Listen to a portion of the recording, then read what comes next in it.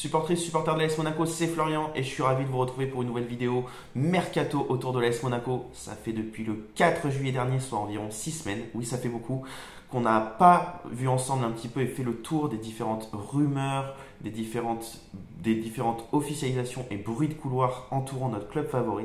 Donc cette vidéo sera un peu l'occasion de faire un passage en revue de tout ce qui s'est passé depuis ce moment-là, un petit peu de balayer les officialisations, de faire un point un petit peu sur la situation des jeunes et du gardien de but, mais aussi de se projeter sur la saison qui débute, puisque au moment où je tourne cette vidéo, on est le 14 août, il est 10 h, et l'AS Monaco débute sa saison avec la réception du Havre au stade Louis II à 19 h ce samedi. Donc voilà, cette vidéo, elle est là pour faire un petit état des lieux et se projeter sur la saison qui commence. Je vous invite à prendre un petit café ou une petite boisson, à mettre ma vidéo en fond et à vous occuper pendant que je fais un petit état des rumeurs. Et c'est parti. Et on commence ensemble à faire un petit peu un état des lieux des rumeurs et des officialisations qui sont tombées juste après ma vidéo le 4 juillet dernier. Et on commence par l'officialisation du départ en prêt d'Edan Diop du côté du Cercle de Bruges. Donc c'était le 18 juillet. Depuis, Diop a débuté la saison avec le club brugeois, puisque le Cercle a déjà repris son championnat, ça fait 3 journées, et Diop a participé aux 3 matchs, le dernier en tant que titulaire, dans un rôle plutôt côté gauche. Donc voilà, ce prêt qui a été officialisé, de même que la signature de premier contrat stagiaire, avec le jeune gardien franco-suisse Axel de Creunis qui est arrivé du Servette Genève. Ensuite, on a eu l'officialisation de Kassim Djeloul en provenance de Saint-Priest avec le partenariat avec le club rhodanien, et aussi l'arrivée de David Dunn en provenance du club irlandais de Cork City. Donc ça, c'est des contrats stagiaires pas professionnels. On a aussi Oumar Konaté qui a signé son premier contrat professionnel avec l'AS Monaco et qui sera à disposition du groupe Élite. Il arrive de Côte d'Ivoire. Et l'AS Monaco a aussi officialisé le départ libre de Aurélien Platré pour Boulogne-sur-Mer, qui va jouer en Ligue 2 après la liquidation, on va dire, et l'éviction de l'AC Ajaccio de toutes les compétitions nationales pour la saison qui arrive. Donc voilà, après ces officialisations qui ont suivi elles-mêmes les arrivées fin juin, début juillet de Paul Pogba et Ansu Fati au sein de l'effectif de l'AS Monaco, eh bien la cellule sportive et la direction sportive devaient activement plancher sur la signature d'un gardien de but, et c'est le premier point qu'on va développer dans cette vidéo et qu'on a largement évoqué lors des 2 premières vidéos de l'été, avec une bonne douzaine de rumeurs de noms qui ont circulé du côté de l'ASM, et finalement l'AS Monaco a trouvé son bonheur avec le gardien international finlandais du Bayer Leverkusen, Łukasz Radetzky, qui s'est engagé pour 2 saisons plus 1 année en option avec le club princier. Le Finlandais, qui est âgé de 35 ans, qui en aura 36 en fin de saison, sera donc le nouveau numéro 1 dans les cages de l'AS Monaco. Il touchera un salaire estimé aux alentours de 3 millions d'euros annuels, et son transfert a coûté à l'AS Monaco 2,5 millions d'euros plus 1 million d'euros de bonus. Donc les tractations avec Radetzky ont duré environ 3 semaines, puisque les premières rumeurs sont apparues autour du 18 juillet, et la finalisation du deal a eu lieu le 8 août. Le Bayer Leverkusen était à la base très réticent à l'idée de laisser partir son gardien titulaire jusqu'alors, qui a finalement été rétrogradé dans la hiérarchie avec l'arrivée du néerlandais Mark Flekken en provenance de Brentford. Radetzky a participé à la saison des invincibles ou quasi invincibles de Leverkusen en 2024, puisqu'il a glané le titre de champion d'Allemagne, a participé aussi au gain de la Coupe d'Allemagne sur cette même saison.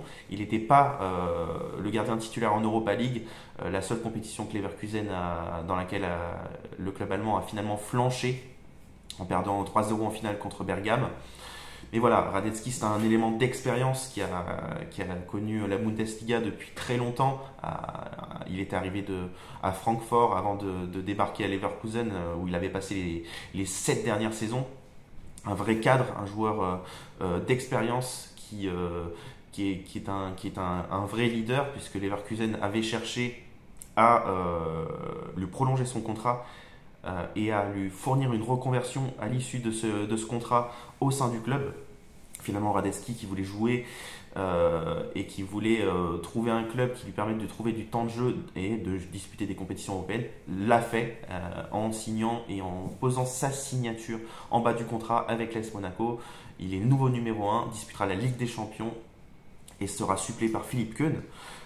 Qui finalement reste en tant que doublure, ce qui n'est pas le cas de son compère jusqu'alors, Radoslav Majewski, qui a pris la direction de Brest le lendemain de la signature de Radetzky, puisque son transfert en prêt simple a été officialisé le 9 août. Radetzky va donc disputer la saison en Ligue 1 du côté du Finistère, qui lui offre un poste de numéro 1 avec le départ de Marco Bizot du côté d'Aston Villa en Angleterre. Donc c'est un bon rebond pour le Polonais qui finalement, s'il était resté, aurait dû se cantonner à un rôle de numéro 3 qui ne lui aurait pas convenu de toute façon. Il fallait qu'il glane du temps de jeu et trouver du temps de jeu à Brest, c'est un bon moyen de rester le pied à l'étrier d'un championnat majeur dans une équipe qui va lui permettre d'être clairement installé dans les buts. Son salaire va être pris en charge en intégralité par le SB29. Il ne pourra néanmoins pas jouer contre l'AS Monaco puisque une clause l'en empêcherait dans son contrat de prêt. C'est le compte Brestonner qui nous l'a appris sur Twitter hier 13 août. Voilà, donc au niveau des gardiens, ça a bougé, la hiérarchie a bougé. Finalement, ce dossier du gardien, il a mis du temps à se décanter, comme je l'ai dit sur Twitter. Thiago Scuro, le directeur général, de l'AS Monaco, nous avait un peu annoncé que le dossier du gardien était prioritaire, qu'il y avait une recherche qui s'était enclenchée, et on parle de ça lors d'une conférence de presse de fin de saison qui date du 19 mai. Et finalement, on a attendu près de 80 jours pour obtenir la signature du nouveau gardien. Un gardien certes très expérimenté, mais quand même âgé. Donc comme je l'ai dit, 36 ans en fin d'année, il aura 36 ans évidemment en fin de saison. Ça peut questionner, mais on a un joueur d'expérience, on va lui laisser le temps de s'installer, d'arriver, de voir ce qu'il peut apporter déjà au sein du groupe, parce qu'il y avait une recherche importante de leadership et d'expérience du côté de la direction sportive.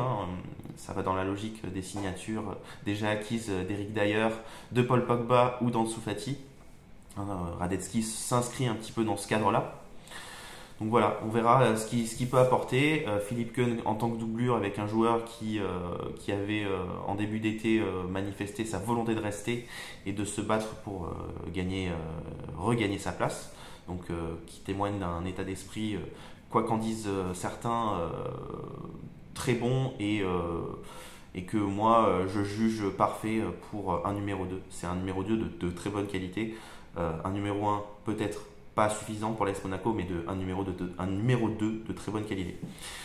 Par contre, au niveau du numéro 3, maintenant que Radoslav Majewski est parti, on a Yann Liénard qui aurait pu aller du côté de Montpellier, où il était annoncé en prêt avec option d'achat, où il aurait pu jouer en tant que numéro 1. Et finalement, le deal a capoté, puisque l'AS Monaco a revu ses conditions de prise en charge du salaire, ce qui a complètement fait couler le deal. Liénard, un match en pro, match de Coupe de France contre Saint-Jean la saison dernière, un club amateur. Donc, qui aurait eu la belle opportunité de faire ses gammes en Ligue 2 dans un club qui va chercher à remonter en Ligue 1 après sa relégation et sa saison, on va dire, chaotique de la saison dernière. Donc voilà, finalement ça ne se fera pas et Liénard reste à ce jour numéro 3, mais s'il venait à partir, et il n'y a pas encore de rumeur en ce sens-là ces derniers jours, il serait déjà remplacé puisque Jules Stawiecki attend son heure patiemment du côté du groupe élite et figure aujourd'hui de numéro 3 bis. Voilà un petit peu autour du sujet du gardien. Mon avis est finalement le joueur a disputé le dernier match de préparation contre l'Inter Milan que l'AS Monaco a perdu. Le seul match que l'ASM a perdu. Il pourrait être en partie fautif sur le deuxième but qu'on a encaissé, mais on ne va pas le juger tout de suite. Ce que je déplore, même si on va dire que l'arrivée du gardien de but, c'est un dossier on va dire, un jeu de domino, puisque finalement, il faut pour qu'un gardien bouge, il faut qu'un autre bouge dans un autre club. Je regrette quand même que ce dossier ait pris autant de temps, mais on voit que la direction sportive fonctionne aussi à l'économie, sûrement guidée par des impératifs financiers, et ça, il faut quand même en prendre compte, et pas jouer les directeurs sportifs capables de claquer 20, 25, 30 millions d'euros sur chaque recrue. Ce que je regrette, c'est que il semblerait que on se soit laissé quand même dépasser un petit peu par les différentes pistes qui ont pu être explorées, en tout cas celles qui ont été citées par les médias.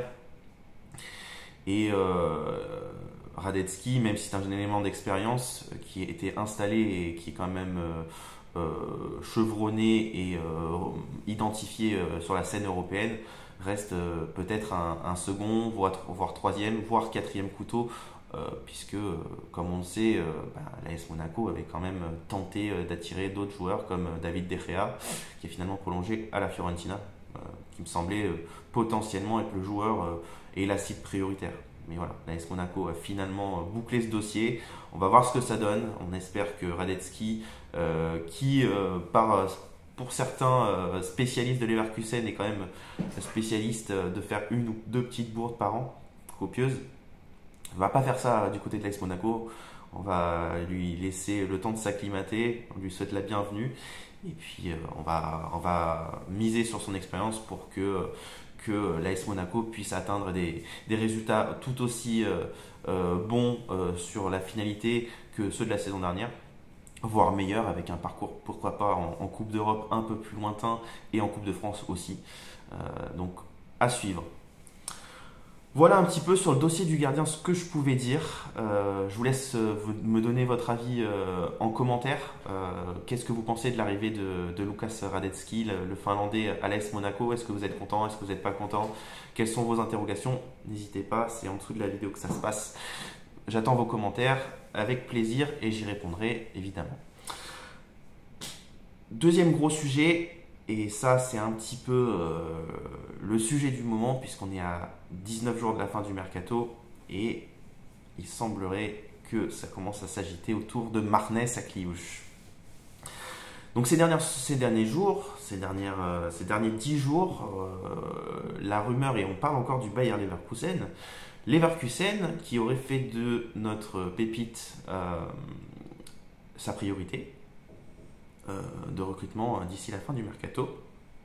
Et le club allemand espérerait pouvoir obtenir sa signature pour un montant autour de 50 millions d'euros, tandis que l'AS Monaco en attend toujours 70. Donc les négociations se poursuivraient, mais pour l'instant ça ne bouge pas. Même si Leverkusen n'a visiblement pas on va dire, abandonné le dossier. D'autres clubs un peu plus huppés ont commencé à émerger avec l'Inter, dont on aurait dit que l'intérêt se serait manifesté de manière un peu plus concrète ces derniers jours, puisque la température a été prise auprès de son entourage pour connaître un peu les modalités d'arrivée. Finalement, le club italien serait refroidi par les ardeurs monégasques qui attendent un montant sûrement très très très important. On a un montant de 60 millions d'euros là, qui a été évoqué. Et aussi Manchester City qui réémerge après avoir déjà été cité par le passé au rang des courtisans, qui réémerge donc au rang des potentiels clubs auxquels Akliouche pourrait plaire. Donc City qui pourrait perdre Savigno en partance pour Tottenham. Les négociations ne sont pas suffisamment avancées dans ce deal pour que ça débloque quoi que ce soit, mais Akliouche représenterait une simple alternative dans ce dossier en cas de départ de Savigno, puisque City voudrait Rodrigo du Real Madrid. Le seul avantage que présente Akliouche, c'est son prix qui serait moindre que celui du madrilène, qui sera sûrement très difficile à déloger. Donc à suivre. Et là, c'est pas une information, c'est plus un avis que je vous donne. Il faudra suivre encore aussi la fin du mercato de Manchester City, qui, même si le joueur n'est pas censé être amené à partir, ne sait jamais, l'Arabie Saoudite peut débarquer avec une offre irrefusable et un montant colossal. Mais si un joueur type Bernardo Silva, pour nous amoureux de l'AS Monaco, venait à faire l'objet d'une offre irrefusable pour City, pourtant il est le nouveau capitaine de City, s'il venait à partir, il y a de fortes chances que City s'active pour le remplacer et qu'Akliouche soit une alternative très concrète. Donc à suivre avec Akliouche. Forcément, Akliouche va conditionner la fin du mercato de l'AS Monaco et la fin du mercato de son compère Eliès Benseghir, que l'AS Monaco chercherait à prolonger potentiellement. Le joueur ne serait pas chaud et envisagerait plutôt un départ. Adi Hutter ne serait pas contre ce départ, mais aujourd'hui il n'y a pas de rumeur très concrète concernant Benseghir, pour lequel l'AS Monaco voudrait à peu près 50 millions d'euros, donc un montant d'envergure également.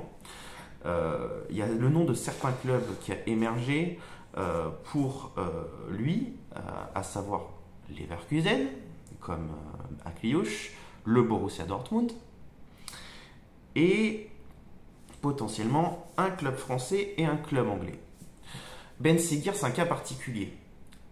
C'est un joueur qui va jouer la CAN en début d'année, même si la CAN n'impactera que très peu le début de l'année 2026. On sait que c'est un facteur important pour les clubs.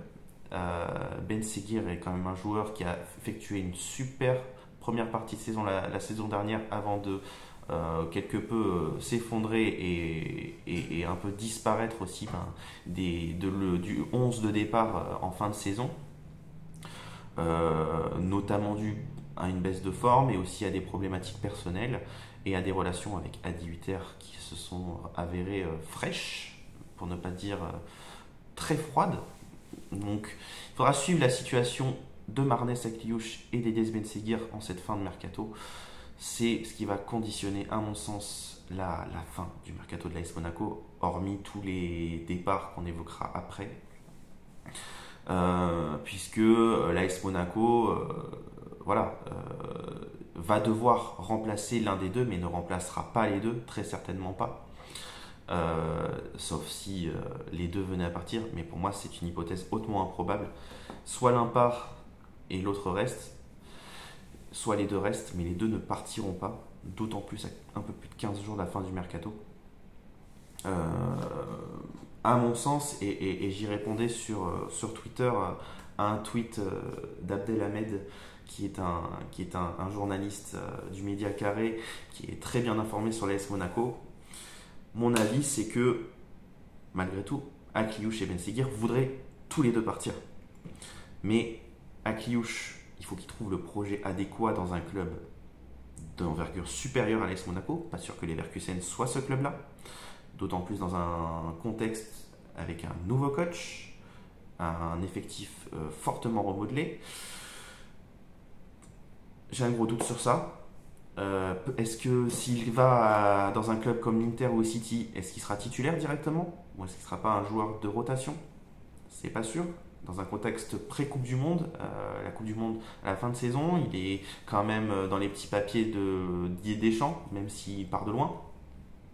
Donc à suivre, la fin de saison, la fin de mercato va donner d'autres éléments de réponse à ce niveau-là. Et Benseghir, lui, clairement, il veut quitter le club parce que sa relation avec Adi Hutter, c'est ce que j'en comprends, elle n'est pas assez bonne et qu'il ne ressent pas suffisamment la confiance et de connexion avec son coach pour pouvoir continuer. Donc on verra.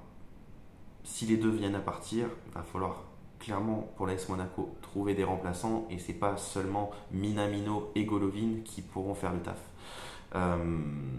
Et c'est pourquoi ça me permet de rebondir et de passer sur mon troisième point, qui est quelles sont les dernières rumeurs qui ont émergé dans le sens des arrivées du côté de l'AS Monaco, en parallèle du dossier du gardien qui a finalement été bouclé comme on l'a vu, et on voit que l'AS Monaco s'active très on va dire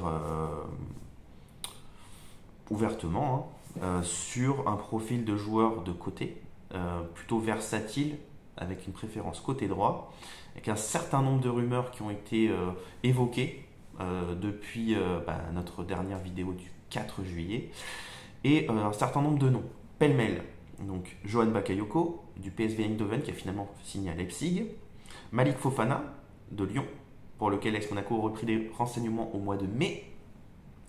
On a le Marocain de Leicester, Bilal Khanous, qui est toujours du côté des Foxes et qui a même débuté la saison et participé aux 3 premiers matchs de son club en Championship, mais pour lequel un départ serait très onéreux. On parle de 26 millions d'euros au moins. On a aussi le nom du joueur de Sunderland, Romain Mundle, qui est un peu moins identifié, qui est un peu plus prospect et qui est blessé, donc on a du mal à imaginer que ça aboutisse. Le joueur de Leganés, Yann Diomandé, qui lui aussi est affilié finalement du côté de Leipzig, a été cité comme lié à l'AS Monaco.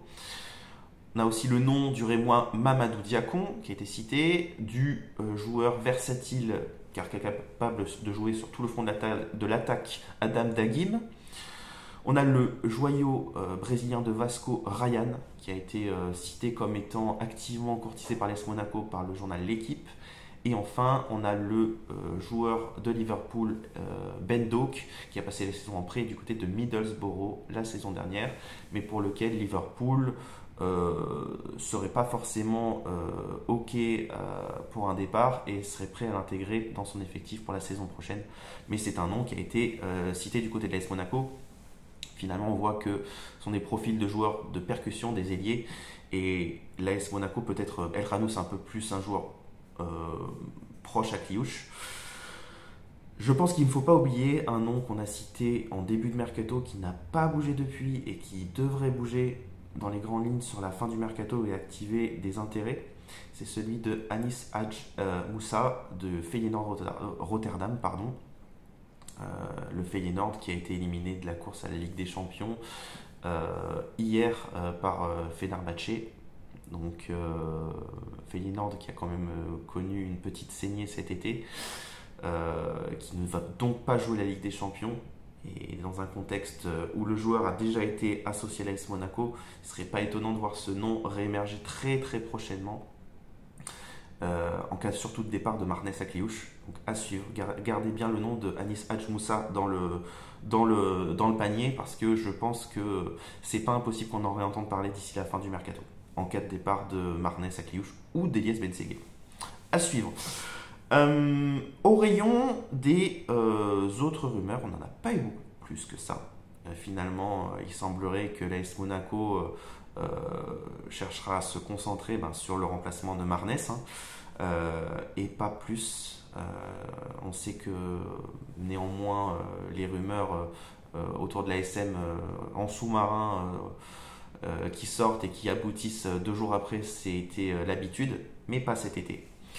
Et j'ai du mal à imaginer que l'AS Monaco puisse travailler en sous-marin sur une piste à laquelle on n'a pas encore dont laquelle on n'a pas entendu parler. Là, on a vu Eric Dyer, ça a mis quelques semaines à la fin de saison pour aboutir, mais ça n'a pas émergé 2 jours avant d'aboutir. Pogba, c'est pareil, ça a mis quelques semaines. Ansu Fati, pareil. Radetzky, pareil. Donc, en cas de nouvelles rumeurs et de concret, on aura forcément un nom qui va émerger avec un certain nombre de négociations qui vont prendre un peu de temps. De toute façon, comme on l'a dit, on est à une petite vingtaine de jours moins que ça de la fin du mercato. Et s'il y a une rumeur qui doit aboutir, ça aboutira qu'à la fin du mercato. À mon sens, en tout cas.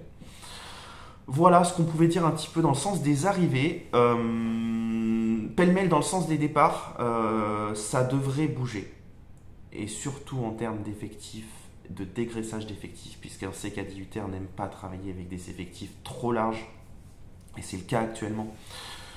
Aujourd'hui, on a un Myron Boadou qui est clairement placardisé, qui doit s'entraîner certainement de son côté, qu'on n'a pas vu du côté de la Turbie, ou en tout cas pas sur les images du club, comme associé au groupe professionnel. De toute façon, il n'a pas participé à la préparation. Qui va devoir chercher une porte de sortie d'ici la fin du mercato. Le club de Parme a été notamment cité, mais ça devrait bouger dans les 24 dernières heures pour lui, ou peut-être sur un mercato d'un pays un peu plus exotique qui se terminera plus tard que le 1er septembre. On a aussi Crépin Diatta, dont on a appris hier par Foot Mercato que l'AS Monaco et lui auraient convenu à un an de la fin de son contrat qu'il était temps de mettre fin à la collaboration. Et finalement, l'AS Monaco demandera un montant raisonnable pour le libérer. Plus tôt dans l'été, on a appris que des clubs d'Arabie Saoudite ou de Turquie avaient fait des approches que le joueur avait refusées, mais des clubs anglais, italiens ou grecs seraient aussi à l'affût. Donc ça devrait aussi se décanter d'ici la fin du mercato pour l'international sénégalais. Diatta quand même est un soldat, un joueur d'équipe qui n'a jamais fait de vagues et qui a toujours mouillé le maillot, qui a su mettre son ego de côté pour rendre service au collectif. Donc voilà, il faudra le remercier pour ses services rendus, et j'imagine que le club trouvera une solution pour lui dans les dernières heures du mercato, dans les tout derniers jours. On a encore, voilà, ça va pas bouger avant hein, pour un joueur en fin de contrat. Les clubs acheteurs vont chercher à tirer vers le bas son prix, et on imagine mal que ça bouge beaucoup plus de ce point de vue-là. Ensuite, on a pêle-mêle d'autres rumeurs rapides. Avant de passer sur un autre sujet un peu plus concret, on a des joueurs comme Mohamed Salissou qui pourrait partir. On a parlé de la Real Sociedad qui a finalement embauché Douye Chaïtachar de Lyon en prêt. Valence a été aussi cité, donc Salissou, il faudra suivre sa situation. Il est clairement 5e larron dans la hiérarchie des défenseurs centraux. En revanche, d'autres joueurs comme Alexander Golovin ou Jordan Taizé ne partiront pas. Le Russe, par voie d'agent, a fait comprendre qu'il resterait cette saison et qu'un retour en Russie n'était pas envisageable cet été. Taizé, qui est arrivé la saison dernière, va rester aussi. Ce qui nous amène un petit peu, après avoir évoqué les situations de Marnès Sakliouche et d'Elias Benseghir, à nous pencher sur la situation des jeunes de l'effectif, puisque on a, comme qui dirait, un vent de départ qui souffle sur les jeunes formés au club, puisque on a Soumoutou Magassa qui fait l'objet d'une offre de la part de Nottingham Forest d'un montant de 12-13 millions d'euros plus bonus, alors que l'AS Monaco en voudrait 18 plus bonus. Donc c'est un dossier qui pourrait agiter la fin du mercato de l'AS Monaco. Alors il pourrait l'agiter, et l'AS Monaco pourrait avoir à trouver un remplaçant à Magassa, ou à faire confiance aux jeunes du centre que sont Cabral, Koulibaly ou Bamba. Si le club faisait ça, ça serait potentiellement faire la même erreur que la saison dernière, qui a conduit à la signature à la fin du mercato hivernal de Al Mousrati, qui s'est avéré être un échec. Donc on espère que le club ne fera pas cette erreur-là, et potentiellement, moi j'espère que Magassa va rester dans son rôle de rotation. Il sort d'une saison où il a joué une première campagne de Ligue des Champions, où il s'est quand même distingué par un but contre Benfica. Donc ce serait quand même dommage de le perdre, donc à suivre. Autre jeune qui a potentiellement voulu un départ, donc Pape Cabral, évidemment, qui s'est un peu révélé lors de la préparation, en tout cas qui s'est montré avec quelques minutes glanées, qui aurait voulu un prêt, mais le club ne veut pas le laisser partir. J'imagine aussi dans ce cadre de quota pour la Ligue des Champions de joueurs formés au club. Une situation qui touche aussi Lucas Michal, qui envisagerait un prêt dans un club pour glaner du temps de jeu, là où il va forcément être dans un effectif qui est bouché offensivement. On a le club de Nantes qui a proposé un prêt avec option d'achat de 2,5 millions d'euros qui ne convainc pas l'ASM, et Brest qui ont proposé un transfert sec de 2 millions d'euros. Donc une bataille se serait engagée entre les deux clubs de l'ouest de la France. On verra comment ça aboutit, mais l'AS Monaco n'oublie pas que le joueur pourrait rentrer aussi dans ses quotas de joueurs formés au club pour la Ligue des Champions, et son départ n'est pas forcément une obligation. Donc il faudra suivre ça de près. Et un dossier qui a agité la sphère médiatique autour de l'AS Monaco lors des 10 derniers jours aussi, c'est le cas de Simon Bouabré, qui a finalement pris la direction de Neom en Arabie Saoudite pour un montant de 10 millions d'euros plus 2 millions d'euros de bonus. Boabré, à qui une prolongation de contrat pouvait être proposée, à qui il restait 1 an de contrat avec l'AS Monaco, qui a finalement fait le choix de l'Arabie Saoudite et de ses pétrodollars pour lancer sa carrière professionnelle. Drôle de choix à mon avis. Beaucoup vont dire qu'il ne faut pas juger les choix de carrière et potentiellement le fait que ces jeunes de 18-19 ans veuillent aller s'enterrer dans un championnat qui ne les fera pas grandir, à mon sens. Il a fait ce choix, grand bien lui fasse. Je suis de mon côté assez déçu de voir qu'un jeune catalogué comme une pépite du football national fasse ce choix peut-être de la raison pour se mettre bien pendant 2 ans et de revenir dans un contexte sportif qui, on va l'espérer pour lui, être le bon et lancer sa carrière ensuite. Mais voilà, c'est un peu décevant. Boabré, qui a quand même eu sa chance l'année dernière à Twitter, lui a quand même laissé un peu de temps de jeu. Il n'a pas montré quelconque qualité au niveau professionnel, bien que restant identifié comme un prospect d'envergure.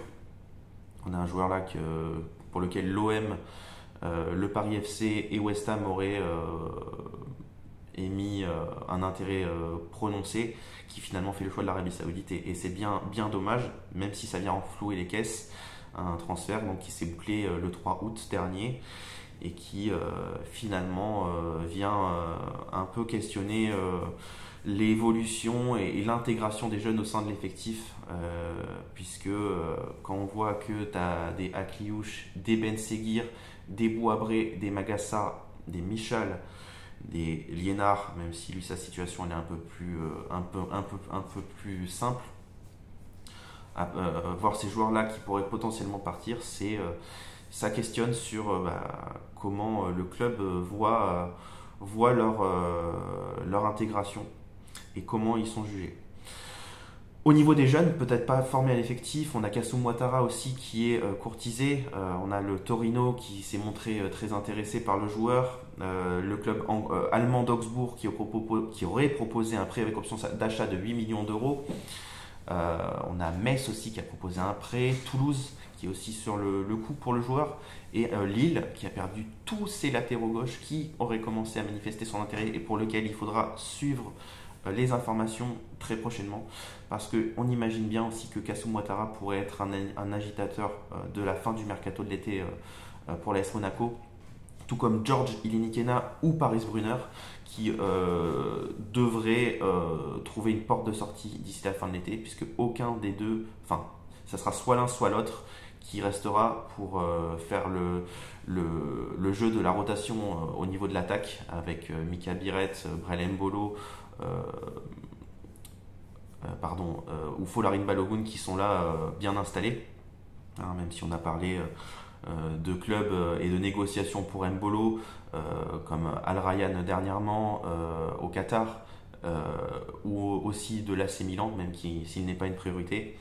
On sent bien que Mbolo lui veut rester, et donc il va falloir que ces joueurs que sont Paris Brunner ou George Ilinikina, Brunner qui a montré quand même des belles choses lors de la préparation, et Ilinikina qui a eu une préparation tronquée, vont devoir glaner du temps de jeu. Ce sont des joueurs qui sont très jeunes.